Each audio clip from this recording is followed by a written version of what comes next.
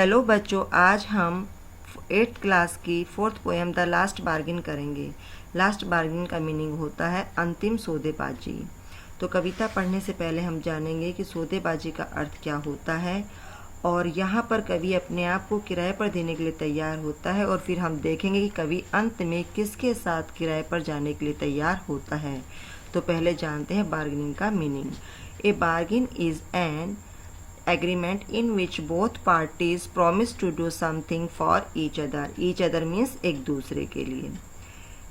सौदा एक ऐसा समझौता होता है, एग्रीमेंट मीन्स समझौता, एक ऐसा समझौता होता है जिसमें दोनों पार्टियां एक दूसरे के लिए कुछ करने का प्रॉमिस करती हैं। प्रॉमिस मीन्स वादा करती हैं। Someone is looking for work, कोई काम ढूंढ रहा होता है। वेटिंग टू बी हायर्ड, और कोई किराए पर जाने के लिए इंतज़ार करता है। He strikes a bargain but thinks it worthless, वह एक सौदा तय करता है परंतु उसे मूल्यहीन समझता है। He tries twice again but does not like either, वह 2 बार पुनः कोशिश करता है परंतु दोनों में से उसे कुछ भी पसंद नहीं आता। Finally in the last bargain, और अंत में अंतिम सौदेबाजी में या अंतिम सौदे में, when he is hired for nothing whatever, he is happy as never before, what is the bargain and why is it the best. और अंत में जब उसे बिना किसी चीज़ के लिए किराए पर ले लिया जाता है तो वह इतना खुश होता है कि इतना पहले वो कभी खुश नहीं था। वट इज़ द बार्गिन, सौदेबाजी क्या है या यह सौदा क्या है, and why is it the best, और यह सबसे अच्छा क्यों है। तो बच्चों, ये हमने जाना सौदेबाजी के बारे में, और अब हम पढ़ेंगे कविता। Come and hire me, I cried while in the morning, I was walking on the stone paved road. Stone paved road का मीनिंग होता है पथरीला रास्ता। व्हाइल इन द मॉर्निंग, जब सुबह का समय था और मैं पथरीले रास्ते पर घूम रहा था और चिल्ला रहा था। क्राइड मीन्स चिल्लाना, मैं चिल्ला रहा था। कम एंड हायर मी, आओ और मुझे किराए पर लो। He sword in hand the king came in his chariot. Chariot होता है बच्चों रथ, सावर्ड होता है तलवार। राजा अपने हाथ में तलवार लिए हुए अपने रथ पर आया। He held my hand and said, उसने मेरा हाथ पकड़ा और कहा, I will hire you with my power, मैं तुम्हें अपनी शक्ति के साथ किराए पर लेता हूँ।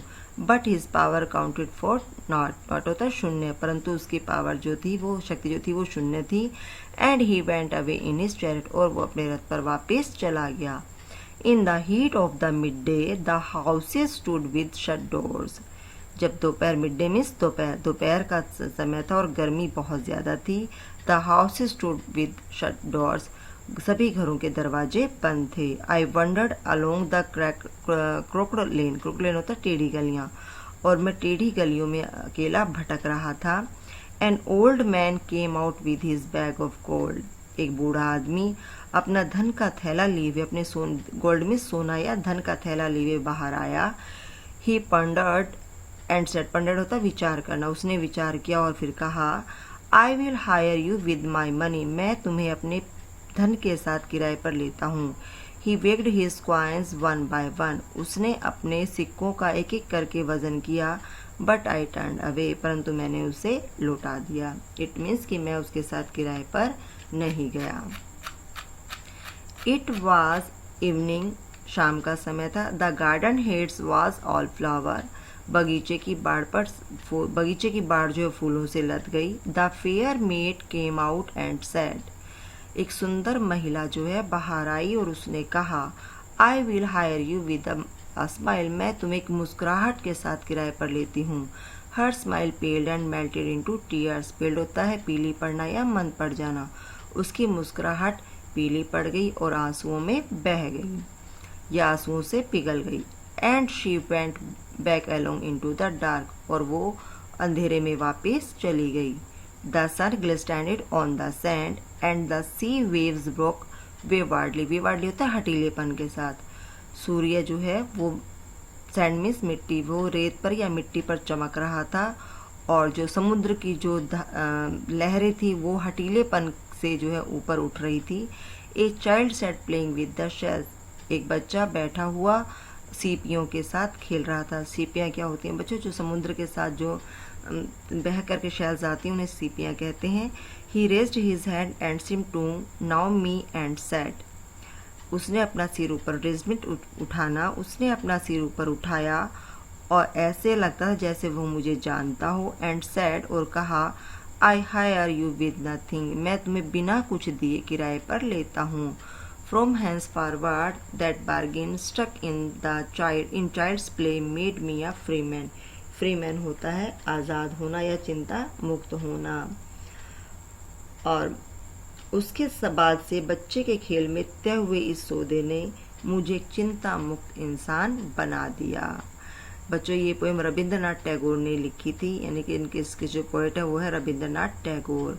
तो हमने देखा कि एक व्यक्ति जो है जो अपने आप को किराए पर देने के लिए तैयार है, लेकिन वो ना किसी धनवान व्यक्ति के साथ जाता है, ना राजा के साथ जाता है और ना एक सुंदर महिला के साथ जाता है।